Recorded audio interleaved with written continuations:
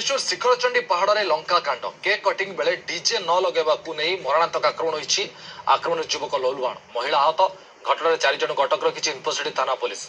शिखरचंडी पहाड़ में उत्पात मचाई 40 रु अधिक युवक भोजी करने को आसीथिबा लोकों को आक्रमण करते। शिखरचंडी पहाड़ में Maa Mangala finance company supervisor Soumyaranjan Behera सहकर्मी सहित भोजी करुवा बेले सेठार स्थानीय कि युवक केक काटी जन्मदिन पालन करते। सौम्य और सांग मैंने भोजी सारे घर को फेरवा बेले सेठार कि युवक केक काटुवर सौम्य और सांग को डीजे लगेगा कहते।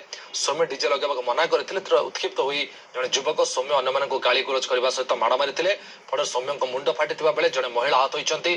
खबर पाई घटनास्थल में पुलिस पहुंची पुलिस को देखिए समस्त छत्रभंग देता बेले 4 जन को पुलिस काबू करने सहित थाना को पचराउचरा करुच्ची।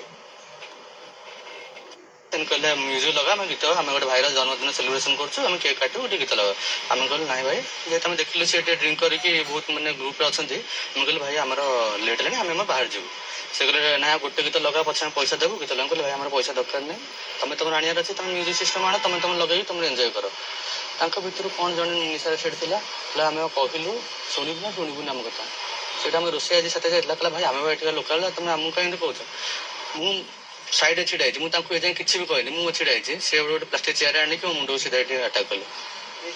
हाँ मोर मोर स्टाफ से सर आम जानू सी कौटियार पिला 30-40 जन से थे।